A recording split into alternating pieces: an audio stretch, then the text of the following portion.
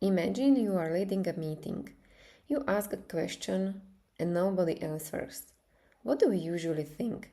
Maybe they are not engaged. Maybe they don't care. Maybe they lack confidence. Or maybe we immediately think about psychological safety. All of these explanations are possible, but none of them should be our standing conclusion, because the same behavior can have completely different reasons. So, before we try to make people speak, we need to understand why they are silent. Imagine four teams. In all four, people are quiet during meetings. In the first team, people may be afraid of the leader's reaction. In the second, they used to speak up, but nothing ever changed.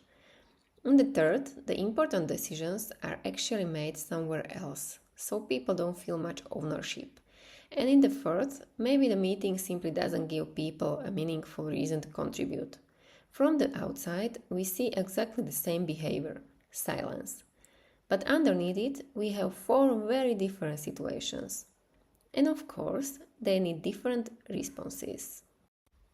One very useful perspective here is psychological safety. Amy Edmondson's work helps us understand whether people feel able to take interpersonal risk at work. Can I ask a question without looking incompetent? Can I disagree with my manager? Can I admit that I don't know something? Can I raise a concern? This is extremely important. But here is where I think we need to be careful. Not every quiet team has a psychological safety problem. Psychological safety gives us one important lens. It doesn't give us the whole diagnosis. If we explain every silence through psychological safety, we can miss what else is happening in the system. So, I will look at the situation through several lenses. At the individual level, what is this person experiencing? At the team level, what happens when someone disagrees or challenges an idea? Then look at the leadership. Who speaks first? Who has the most influence? How does the leader respond to bad news or mistakes? And finally, look at the organization. Where are decisions really made? Does speaking up actually change anything? The more perspectives we use, the less likely we are to mistake our first explanation for reality. And this is where a team issue becomes a business issue. Imagine a developer notices a risk but doesn't mention it, or someone working directly with customers sees a recurring problem but stops bringing it up. The meeting ends, a decision is made, the product or service moves forward, and eventually the customer experiences the consequence. What happens inside a team rarely stays inside a team. Team dynamics influence decisions. Decisions influence products and services, and those eventually influence customers and business results. This is why simply telling people to speak more often doesn't necessarily help. We sometimes say, "Come on, I need more participation, don't be afraid to speak, I want everyone to contribute."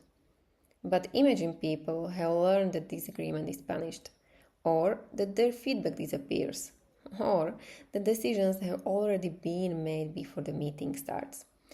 Asking them to speak more doesn't change any of those conditions. Before changing the behavior, understand what is maintaining it.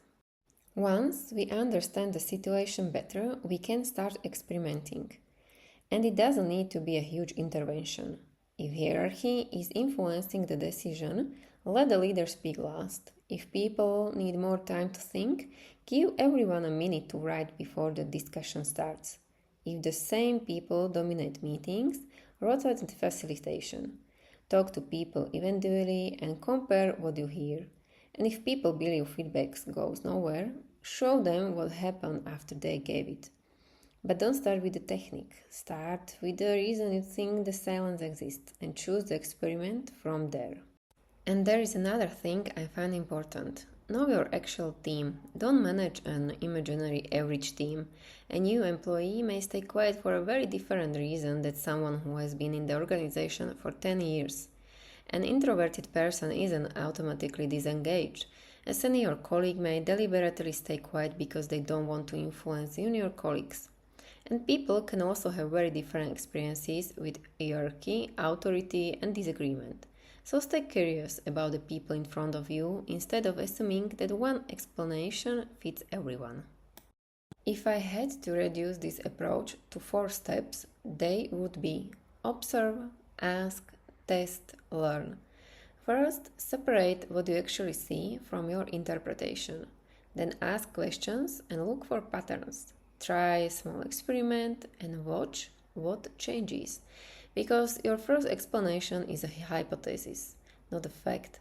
And sometimes the team's response will show you that your hypothesis was completely wrong. That's a useful information too. So next time you are sitting with a quiet team, take these 4 questions with you. What am I actually observing without immediately interpreting it? What could make this behavior reasonable in this environment? How may I, the leadership or the organization, be contributing to it? And finally, if nothing changes, how could this eventually affect our product, service, or customer? Instead of asking, how do I make them speak? Try asking, what may their silence be telling me? See you in the next episode.